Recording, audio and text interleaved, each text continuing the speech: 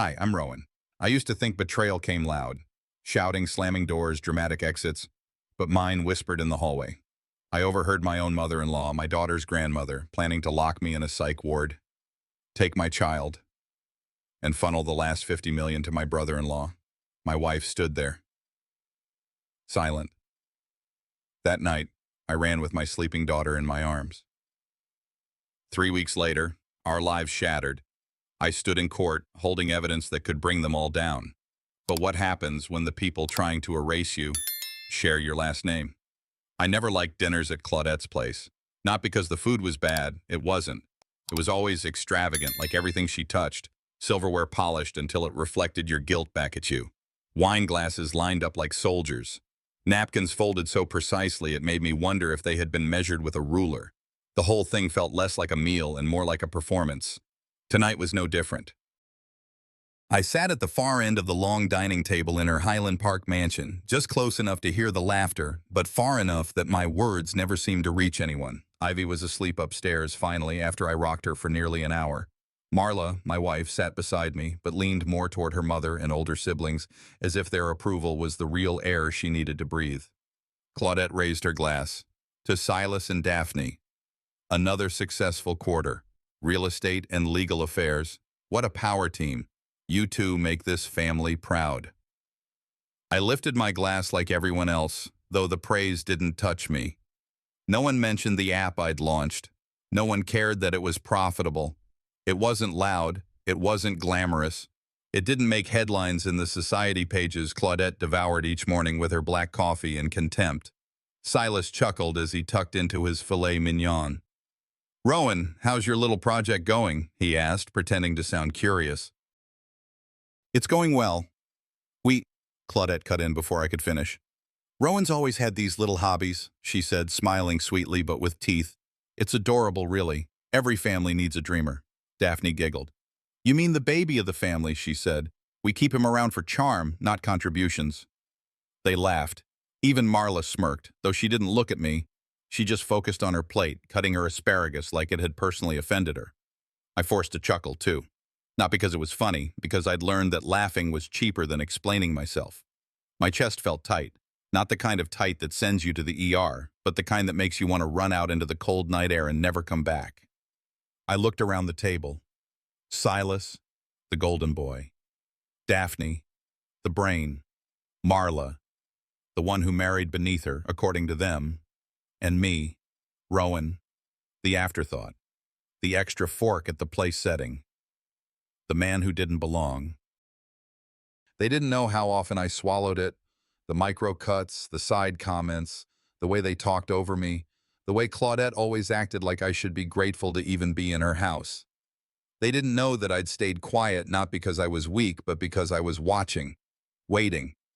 A few years ago, I might have said something, but Ivy changed that.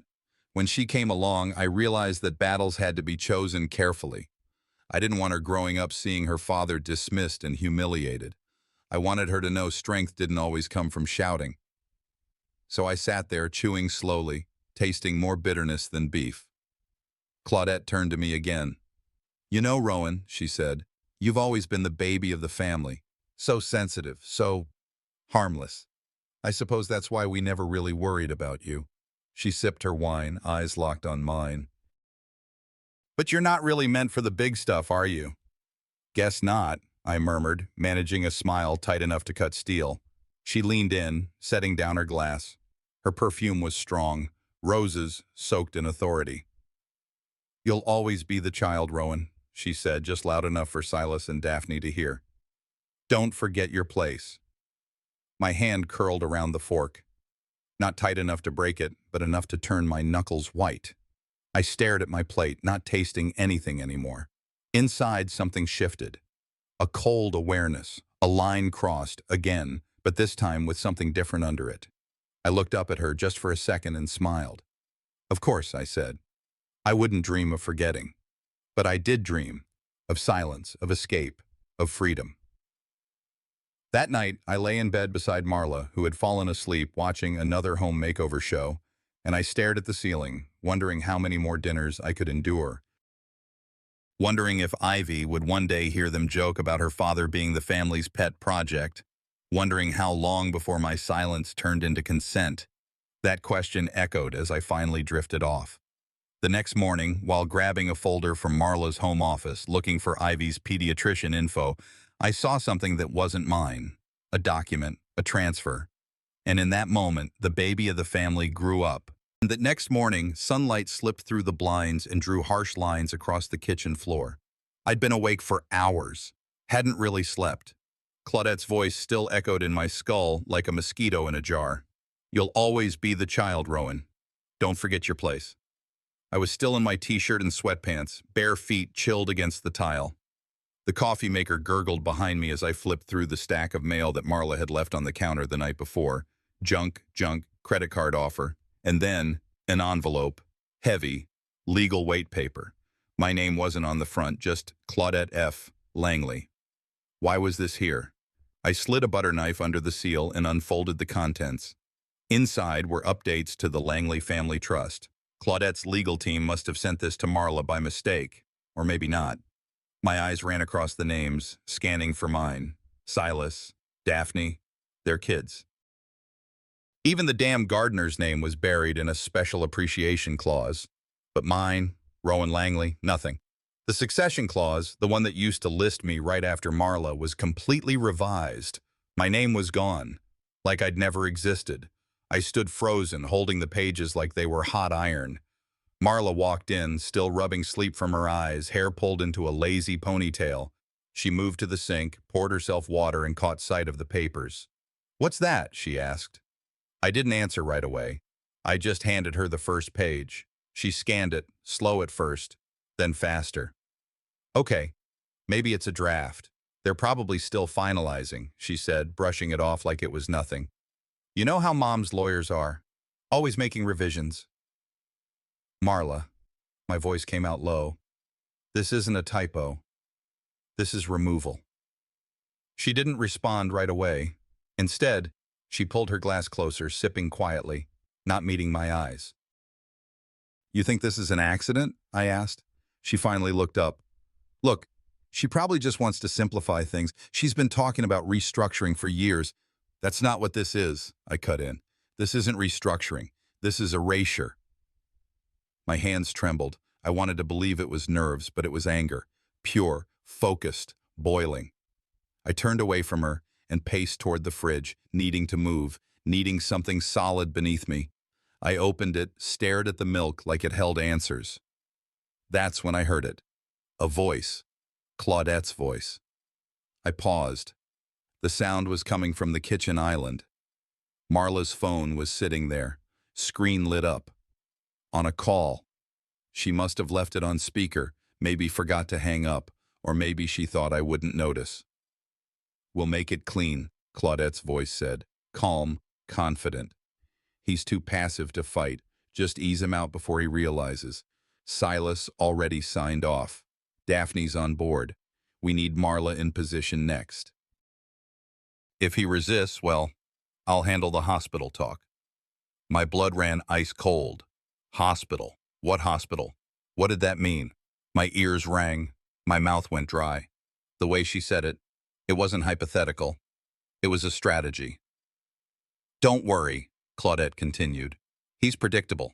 He'll shut down, maybe cry a little, but he won't make waves. That's why it has to be now." I ended the call. My thumb moved without thinking. Marla turned sharply. "What are you doing?" "You left her on speaker," I said. Her face paled.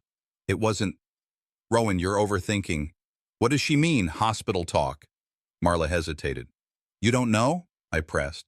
She didn't answer. That silence was louder than anything she could have said. I turned and looked across the room.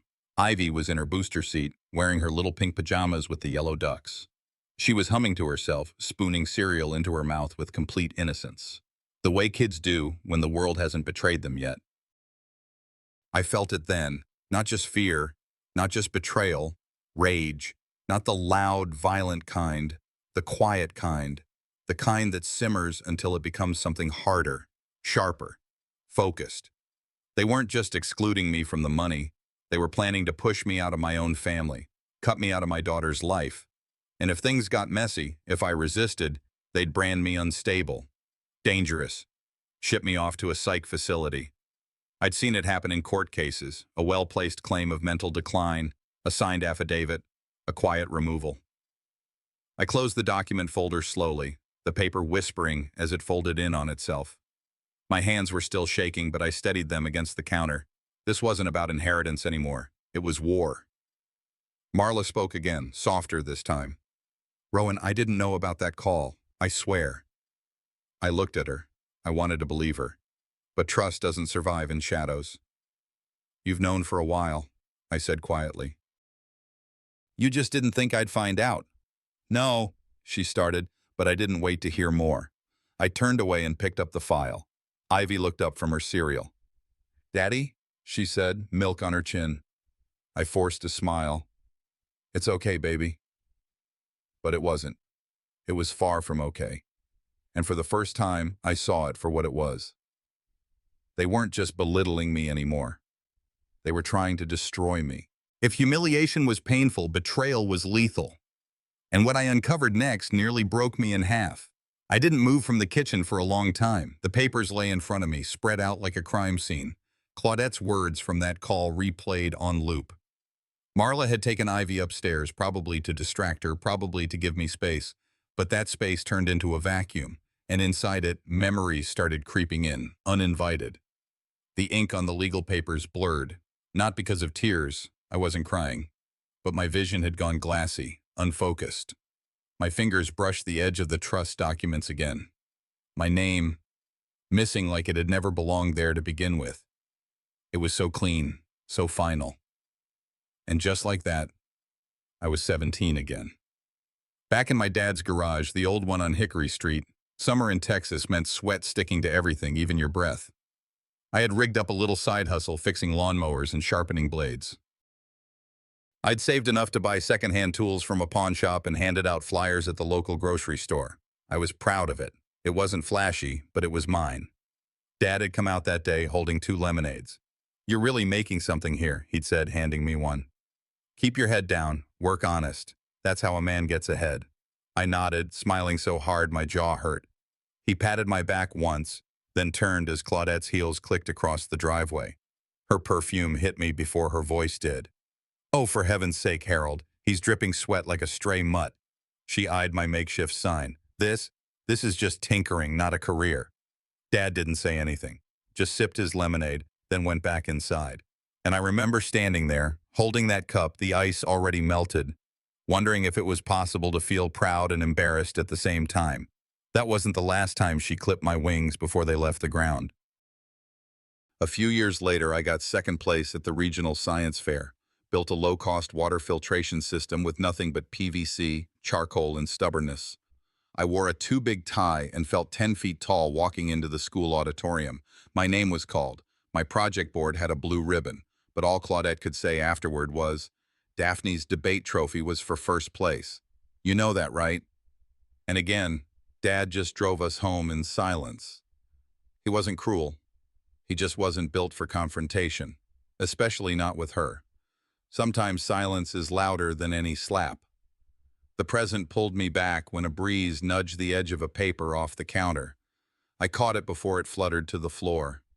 Ivy's crayon drawing was still taped to the fridge behind me. 3 stick figures, big shaky letters above each. Mommy, Daddy, and me. The daddy figure had a cape. I stared at that picture like it was a lifeline. She saw me, not as someone expendable, not a joke, not an accessory at Claudette's dinner table. Ivy saw me as her hero. I felt something crack open in my chest. Not anger this time, not grief. It was resolve. Cold, solid resolve. I wasn't going to let history repeat itself again.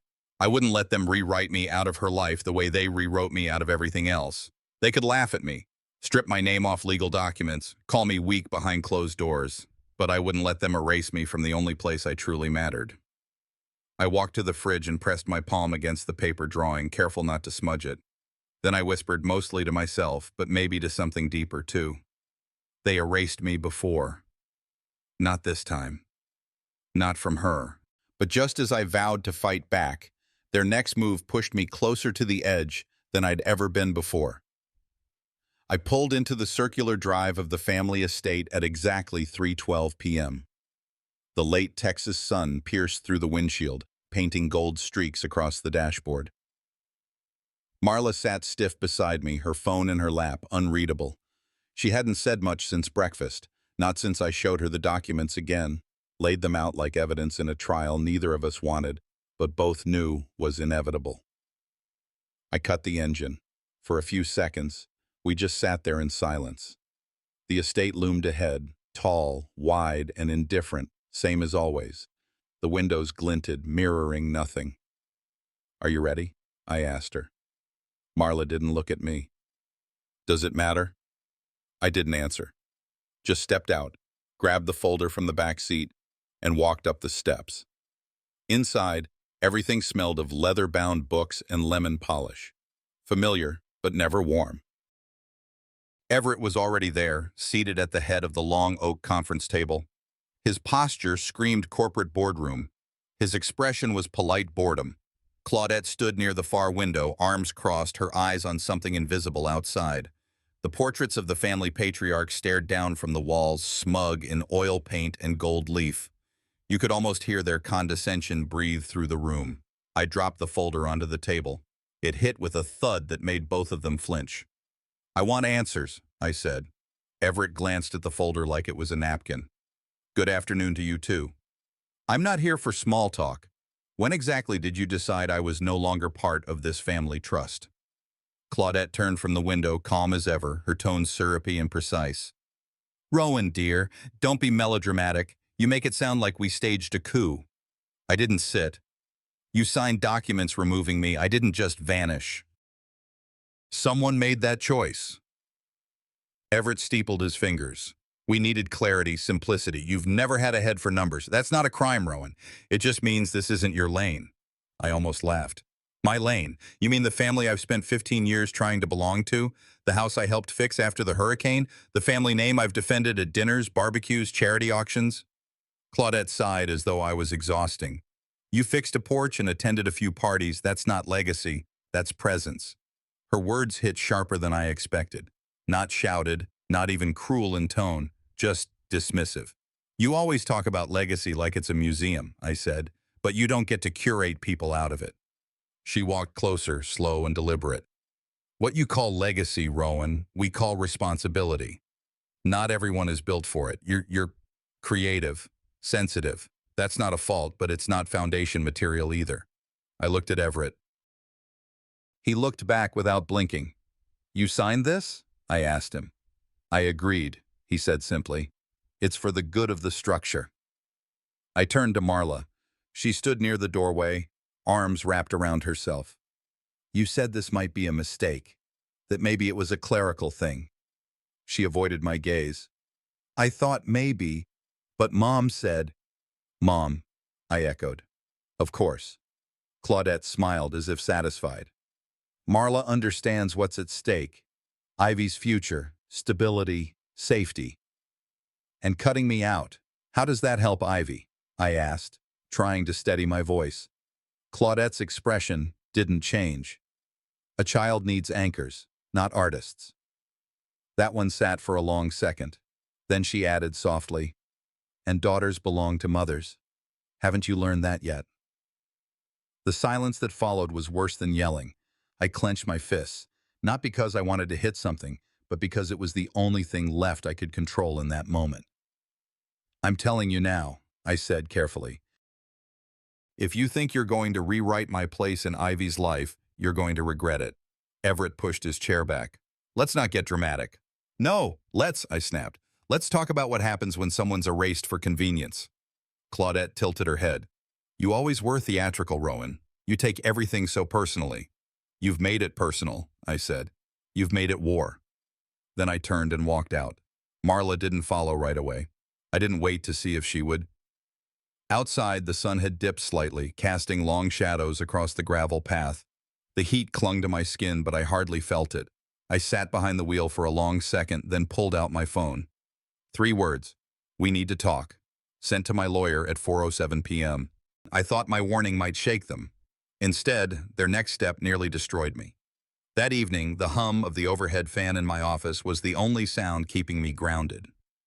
The small space behind the garage had once been a quiet refuge. My world of invoices, sketches, and lists. Now it felt more like a bunker. I hadn't eaten since lunch, and my coffee had long gone cold, forgotten beside a stack of client files I couldn't bring myself to touch. I stared at the same email for 10 minutes, rereading the subject line without clicking. Family Trust Update. Final notice. Even the subject lines were clinical. Cold. My hand moved to the drawer almost on its own. I pulled it open, expecting pens, receipts, but found something new. A manila envelope, no label, no sender. I didn't remember putting it there. Inside, a draft letter, typed, formal, and disturbing. Preliminary recommendation for psychological evaluation, Rowan D. Holloway subject exhibits signs of emotional volatility, impaired judgment, and possible depressive ideation. A complete psychiatric assessment is advised before continued engagement in financial or legal affairs involving the Holloway estate. My vision blurred for a second. I held the paper closer, rereading it word for word. There was a signature line at the bottom, still blank. But the intent was unmistakable. They weren't just cutting me out, they were trying to disqualify me. Legally, publicly. I gripped the edge of the desk, trying to steady my breath. Claudette's voice echoed in my head from the other night. I'll handle the hospital talk. I thought it was a threat meant to sting. Turns out it was a plan in motion. I ran a hand through my hair, heart pounding. Every piece of this betrayal felt layered, calculated. The humiliation at dinner, the missing documents, now this. I hadn't just been erased. I was being rebranded as unstable, unfit. And Ivy? The image of her tiny hands coloring at the kitchen table flooded my mind. The way she'd proudly spelled D-A-D-D-Y in shaky purple crayon last week. If they could convince a court I was mentally unwell, they could convince it I was unfit to raise her. The idea gutted me more than anything Claudette had ever said. I stuffed the document back into the envelope, locked it in the drawer, and stood up. My limbs were trembling, but not from fear anymore, from fury. I left the office and walked through the dark backyard, past the swing Ivy never quite got the hang of. The porch light was on. Through the window, I saw Marla in the kitchen, arms crossed, face lit by the soft glow of her phone. When I opened the door, she didn't look up. I held the envelope in my hand, wordless for a moment. Then, flatly, "Did you know?" Marla's eyes flicked up. "Know what?" I set the envelope on the counter. "This, a psychiatric letter. Drafted. About me." She didn't reach for it. Just stared. "Rowan," she said softly, "you've been under so much stress lately. You barely sleep. You're distracted." That's not an answer. Her shoulders dropped. "Mom just... She worries. She said if you went off the rails, it'd threaten everything. The family name. Ivy's security." I laughed once, bitter and short. "So the solution is to label me crazy?" "She didn't say that," Marla whispered. "No? Then what exactly did she say?" Marla hesitated. Too long. She said, "Maybe a medical record would protect the trust, legally, just in case." Just in case. I took a step back.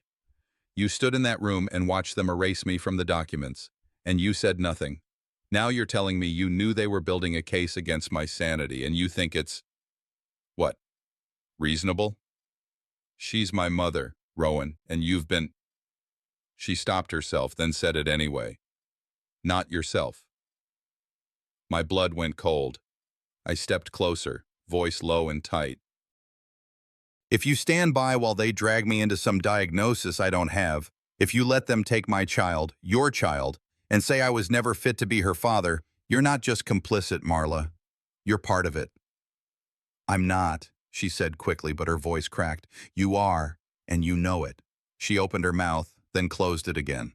I took the envelope, walked to my office, and locked it away. Let them try. Let them bury me. But they better be ready to dig their own graves beside mine, because I wasn't going down quiet. "They want war," I whispered to no one. "They'll get it." But just as I prepared to fight, their retaliation came faster and crueler than I imagined. The morning after locking away that psychiatric draft, I woke up before the sun. I couldn't sleep. My body was exhausted, but my mind wouldn't settle. My thoughts kept spiraling, looping between Ivy's face, Marla's hesitation, and Claudette's calculated cruelty. I knew I needed legal backup, fast. By noon, I was standing outside the downtown courthouse, folder in hand, tie crooked, jaw tight. The building's cold concrete steps seemed taller than usual. Inside, fluorescent lights buzzed like a warning, washing everything in that lifeless glow only government buildings seem to have. I spotted Andrew, my attorney, leaning against the far wall, eyes on his phone. He looked up when he saw me and gave a small nod. "Ready?" he asked. "Define ready," I muttered.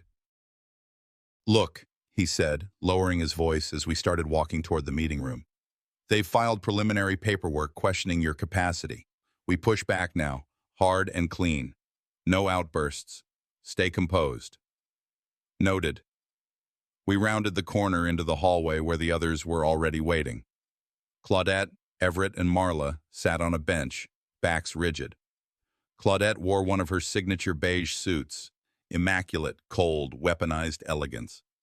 Everett didn't even acknowledge me, eyes fixed on his phone. Marla glanced up, briefly met my gaze, then looked away. Andrew greeted the opposing counsel with the kind of polite Frost lawyers specialize in. I stayed silent, watching. Claudette stood up slowly, brushing invisible lint from her lapel. "I see you brought backup, Rowan," she said, tone smooth as silk and twice as suffocating. "You came armed," I replied, raising the folder just slightly. "So did I." A clerk ushered us toward a small mediation room, neutral ground, before any official hearing. It wasn't a courtroom, but it might as well have been. The walls were pale and bare, the table too big, the silence too sharp. We all sat. Then Claudette fired first.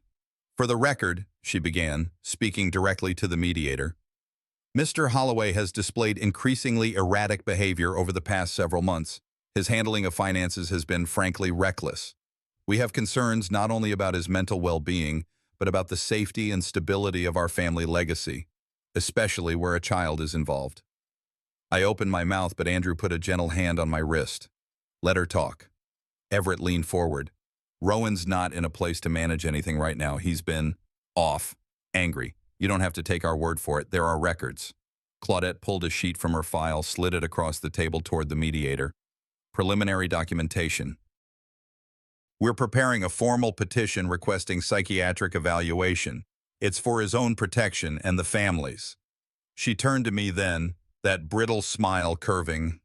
"It's not personal, Rowan. You just need help." The gall of her, saying it wasn't personal while stripping me bare in front of strangers, saying it was for my safety while holding the blade herself. I took a slow breath, reached into my folder, pulled out the same letter I'd found last night, the one they'd thought I wouldn't discover. Andrew cleared his throat and nodded slightly. I placed the paper gently on the table, aligning it with the edge. My hand didn't shake. "I'm not unstable," I said. "I'm not dangerous. I'm inconvenient." They said nothing. "You've spent years diminishing me behind closed doors. Now you want to make it public." So here we are. I looked at Claudette directly. Her eyes didn't flinch. "You think silence means surrender," I said quietly. "But silence builds pressure." "You forget I was raised in the quiet. I know how to wait." She scoffed. "Still romanticizing your insignificance, I see." I turned to the mediator. "We'll be contesting everything. Every allegation, every document. I want a full review of this petition, and I want an injunction filed on any further moves involving my daughter until we've had a proper hearing." Andrew nodded beside me. "We'll move fast." Claudette's jaw tightened just slightly. The mediator collected the documents and told us we'd reconvene with the judge once all evidence was submitted. The meeting was over. Everyone stood, and just as I turned to leave, Claudette stepped closer. Her voice dropped to a near whisper. "You're going to drag this into the courts?" "Over what? Pride?" I leaned in. "No, over Ivy." Her lips pressed into a thin line. "You'll only hurt her." "I'd rather she grow up knowing her father fought," I said, "than think he vanished without a sound." I left before she could reply. Outside, the air was thick with early summer heat. Sweat clung to the back of my neck as I descended the courthouse steps. My hands were shaking, not from fear, but from adrenaline, rage, and something harder to name. I felt scorched and alive. I reached the sidewalk and pulled out my phone, typed a message to Andrew. We go full throttle. I'm done playing polite. Then another, to myself, in the Notes app. Just 6 words. If they want war, I'm ready. And just when I thought I'd hit bottom, they struck again. Harder, crueler, and closer to home. The storm outside had been brewing all afternoon, but it wasn't until nightfall that it broke. Rain lashed the windows like fingernails on glass, and thunder cracked the sky every few minutes with no rhythm, like it was laughing at me. I sat alone in my office downstairs, the only light coming from the old desk lamp flickering slightly with each flash outside. Ivy had gone to bed early. Marla said goodnight without a word. I hadn't moved much since dinner, just sat staring at the pile of folders I hadn't had the strength to open earlier. But now something told me I had to. When I finally reached for the stack, something caught my eye. A manila envelope wedged under the door. No footsteps, no knock, just silence and the smell of damp paper. I stood, walked over slowly, picked it up. No name, no markings. My hands were damp before I even opened it. Inside, 3 pages. And a typed letter on clinic letterhead, a facility I recognized by name. The language was cold, clinical, terms like emotional dysregulation, increasingly volatile, recommends psychiatric supervision. At the bottom, my signature, or something that looked like it. I read it twice, then a third time, slower. My stomach turned.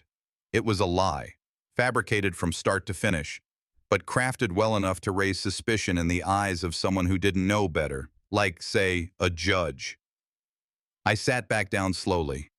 The leather of the chair creaked under me. Outside, the wind howled, but the real storm was inside this house. Inside me.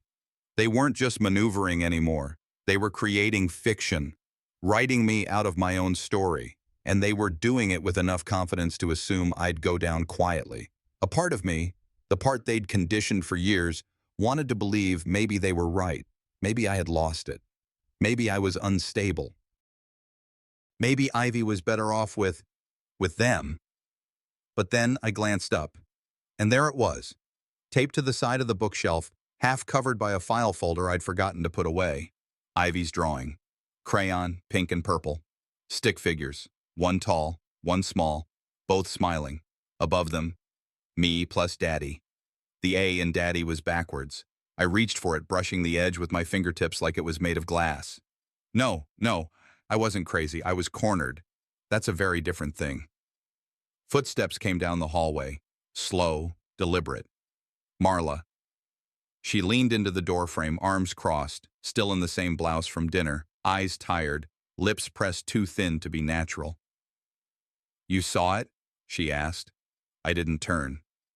"Yeah, I saw it." She hesitated. "It's not as bad as it looks." "That depends," I said quietly. "Did you write it?" She flinched.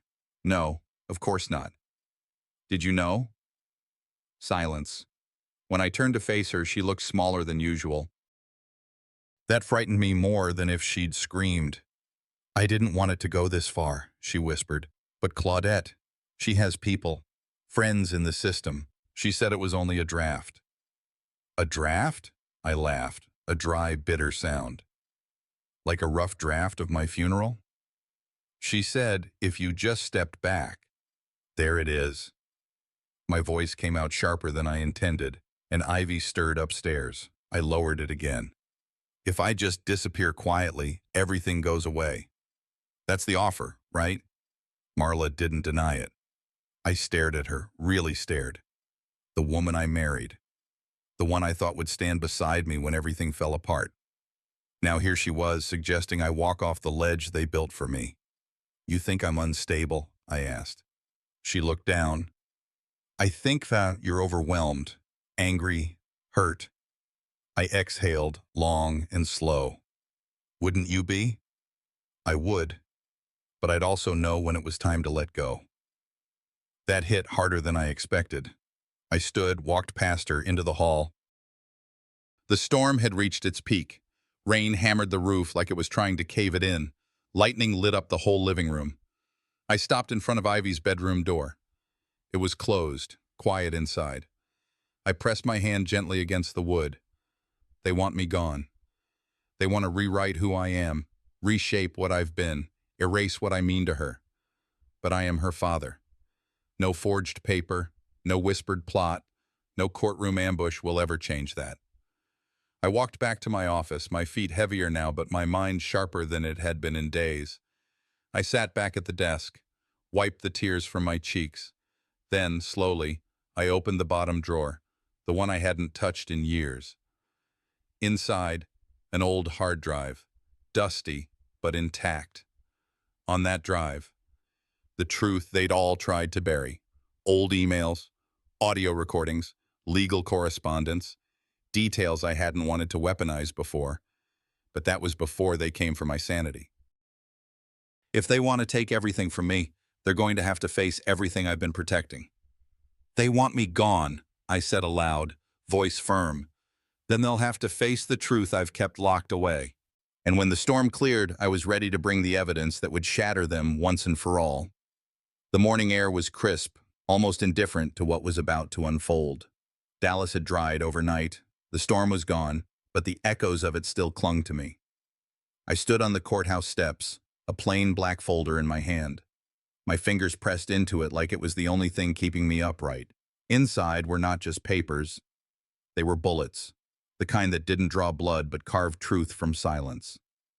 I stepped through the courthouse doors. The hallway smelled of floor wax and stress. My lawyer, Denise, met me outside the courtroom. She glanced at the folder I carried and gave a slight nod. No words. She knew what was inside, knew what it meant. "Ready?" she asked. "As I'll ever be." We walked in together. Sunlight poured through tall windows, catching on the polished wood of the benches and the brass nameplate in front of the judge's bench. The courtroom was small but packed. On the left side, Claudette sat stone straight, wrapped in her favorite shade of control, ivory. Everett leaned back next to her, legs crossed, bored. Marla sat on the opposite end, eyes low, like she wanted to vanish into the floor. Ivy wasn't there, and thank God for that. The judge entered. Everyone stood. Then came the moment I'd rehearsed 1,000 times in my head. Claudette's attorney went first, smug and calm. He laid out a concerned narrative. Rowan's mental state has declined. His judgment is impaired. He's exhibited behavior that poses risk to his daughter's well-being. And then came the blow. He placed a document on the evidence stand, a supposed psychiatric assessment of me, noting instability, paranoia, increased aggression. It was the same forgery I'd found under my door. Claudette didn't flinch. She didn't have to. She'd already rehearsed this too. Her expression was perfected, part sorrow, part resolve. Everett followed with his own testimony, words sharp, calculated. "My brother means well, but he's impulsive. He's been unstable since Dad died. We've tried to help, but he pushes us away. He even brought up my failed business ventures. He's financially irresponsible. Imagine the impact on a child." I sat motionless, chest tight, but my face never changed, because this time I had come to fight. Denise rose to respond, but I touched her arm. "Let me," I said softly. The judge raised an eyebrow. "Mr. Rowan, your attorney may—" "I understand, Your Honor," I said, "but I need to say this myself." He gave a slight nod. "Go ahead." I stood, the black folder still in my grip. I walked slowly toward the center, turned to face the courtroom. My family has spent weeks painting me as a threat. They say I'm paranoid, unstable. They brought forged psychiatric notes to support their claims. But I have something to share today, something they didn't expect. I opened the folder, removed the first document, held it up. This is a bank statement showing a transfer of $40,000 from an education fund meant for my daughter to an offshore account under Everett's name. Murmurs began. I placed it on the evidence table. I pulled out another sheet. This is an internal email between Claudette and a private consultant, arranging to alter legal records that removed me from family trusts without my consent. Gasps, real ones this time. And then I handed over the final item, a court-approved injunction, signed and filed at sunrise that morning. I've frozen all assets connected to the estate pending a full audit and investigation. Every dollar, every transaction, every lie. The judge leaned forward now, glasses resting on his nose. Claudette's composure cracked. Her lips parted, but no words came. Everett shifted, blinking, visibly rattled for the first time. I stepped closer. Not too close, just enough. You thought silence meant surrender, I said quietly, but silence meant strategy. The words dropped into the room like stone into still water. Claudette blinked. For the first time in years, she looked afraid. Not of me, but of what I'd just made real. The judge cleared his throat. We'll take a recess. 15 minutes. He stood, gavel tapping once. As everyone rose, I turned and walked back to my seat, folder now empty, but it didn't matter. Its weight had already landed. Denise leaned in and whispered, "You just turned the tide." I didn't smile. I just looked across the room as Claudette's attorney scrambled to whisper in her ear. Everett looked pale. Marla, she didn't look at me at all. But that was fine, because for the first time, they were the ones explaining themselves. As the courtroom emptied into the hallway and I stepped into the noise of questions and murmurs, I finally breathed deeply. This isn't over yet, but now they're the ones bleeding. They weren't finished yet, but neither was I. The final blow was still to come. The courtroom felt heavier than it had earlier that morning. As I walked back in after recess, the air held a kind of stillness, like the quiet before a deep breath. Light spilled in through the high windows in golden slants, illuminating dust and tension in the air. The room was the same, but the energy had shifted. I saw it in Claudette's face, a stiffness at the corners of her mouth, the way her fingers wrapped just a little too tightly around her silk clutch. Everett wouldn't meet my eyes anymore. And Marla, she looked pale, as if finally realizing she might have been backing the wrong side of this war. The judge returned to the bench, tapping the gavel softly. "Counselor," he said, glancing toward Claudette's team. They weren't done yet. One last card to play. Claudette's attorney stood, his voice smooth. "Your Honor, we have one more witness. Someone who worked with Mr. Rowan years ago and can speak to his character and alleged past behavior." I didn't blink. I just sat there, hands folded. I knew what was coming. A man took the stand, gray at the temples, a corporate-looking type in a too-tight blazer, claimed I'd once had a volatile episode at a company retreat, threw a chair, raised my voice, had to be escorted out for everyone's safety. A lie, but told like a practice story. Denise rose, calm as ever. "Isn't it true," she asked, flipping through a file, "that you were under investigation yourself for harassment at that same company, and that Mr. Rowan reported you to HR?" He squirmed. That was never proven." "But it was documented, yes?" she pressed. He hesitated. "Yes," he finally said. And just like that, the last piece of their crumbling defense cracked wide open. The judge exhaled deeply. "I've heard enough." He looked down at the pile of documents, then over to Claudette, Everett, and finally to me. "Based on the evidence presented, this court finds that the claims of mental instability were not only unsubstantiated but deliberately fabricated. The court orders immediate freezing of the disputed family assets pending criminal investigation. Custody arrangements remain unchanged. Mr. Rowan retains full legal and parental rights over his daughter." You could feel the silence stretch like a pulled thread. Claudette didn't speak. Her expression was blank, not humbled, not remorseful, just vacant, like a mask had been ripped away and there was nothing underneath. Everett leaned forward, head in his hands. And Marla, she didn't move, didn't blink, just stared at the floor, like it might answer for her silence. I didn't gloat, didn't smile. I just stood, buttoned my coat, and turned to leave. Outside, the sun had broken fully through the clouds. It was the kind of warm light that felt rare in the fall. Forgiving, but not forgetting. Ivy was waiting with Denise's assistant just down the steps. When she saw me, she ran, not with fear, not with hesitation, but with that reckless kind of joy kids carry when they know who's safe. I knelt, arms open. She crashed into me. "You're back," she said, voice muffled in my shoulder. "I never left," I whispered. Back home, the light was softer. Dinner had been missed. The house smelled faintly of rain and dust. Ivy curled up on the rug in the living room, crayons scattered around her like confetti. I sat at the edge of the couch, watching her draw in silence. Then she held something up. It was another picture. This one was simpler than the last. Just two stick figures standing under a yellow sun. Her and me. Above it, in her clumsy, beautiful handwriting, were the words, "Me plus Daddy. No mommy this time." My throat tightened, but I didn't let the tears fall. I just nodded. "Is this us?" I asked softly. She nodded. "We're okay now." I couldn't speak. So I just pulled her into my arms and held her close. The world outside was still broken, still cruel, but in this moment, in this house, something had survived. Something real. Later that evening, after Ivy had fallen asleep, I stepped out onto the porch. The sky was streaked in gold and lavender, the kind of sunset that makes you forget the world ever turned dark.